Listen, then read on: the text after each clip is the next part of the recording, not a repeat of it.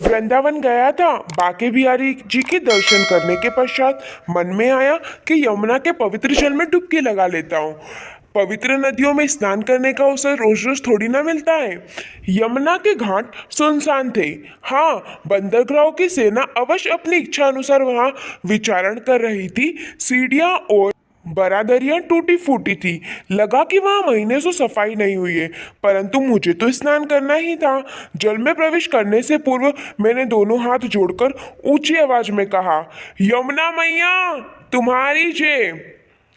मुझे मैया नहीं, अपनी दासी कहो बेटा, और दासियों की जय कभी नहीं बोली जाती। अचानक एक उदास सा स्वर मेरे कानों में पड़ा, जैसे कि कोई बुढ़िया औरत बोल रही हो। मैंने चौंक कर इधर उधर देखा। घाट पर मेरे अतिरिक्त अन्य कोई नहीं था।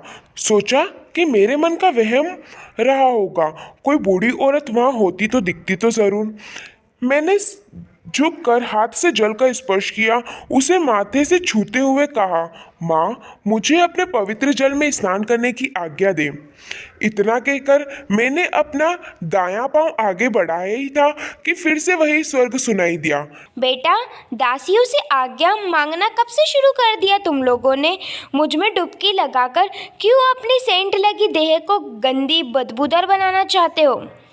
आवाज सुनकर एक तरफ से जड़ होकर रह गया। मैं समझ गया था कि आवाज यमुना के भीतर से ही आ रही है, इसलिए साहस करते हुए कहा, माँ जी, हम भारतवासियों के लिए तो आप हमेशा से ही माँ से बढ़कर वंदनीय और पवित्र रही है और रहेगी। कृपया स्वयं को दासी मत कहिए।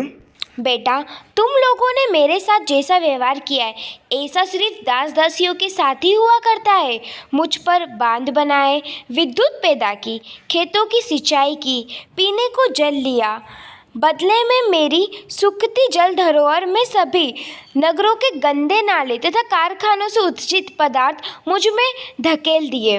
मेरे किनारों पर खड़े पेड़ पौधों को काटकर वहाँ सुंदर सुंदर भवन बना डाले। इस प्रकार अब मैं सूर्यपुत्री कालिंदी नहीं, मानव माता की टट्टी, पेशाब, थूक और मवाद को बहा ले जाने वाली एक गंदी नाली बनकर रह गई हूँ।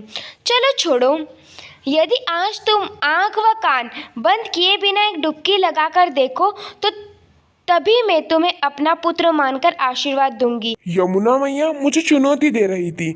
मैं तो स्नान करने के लिए तैयार ही था।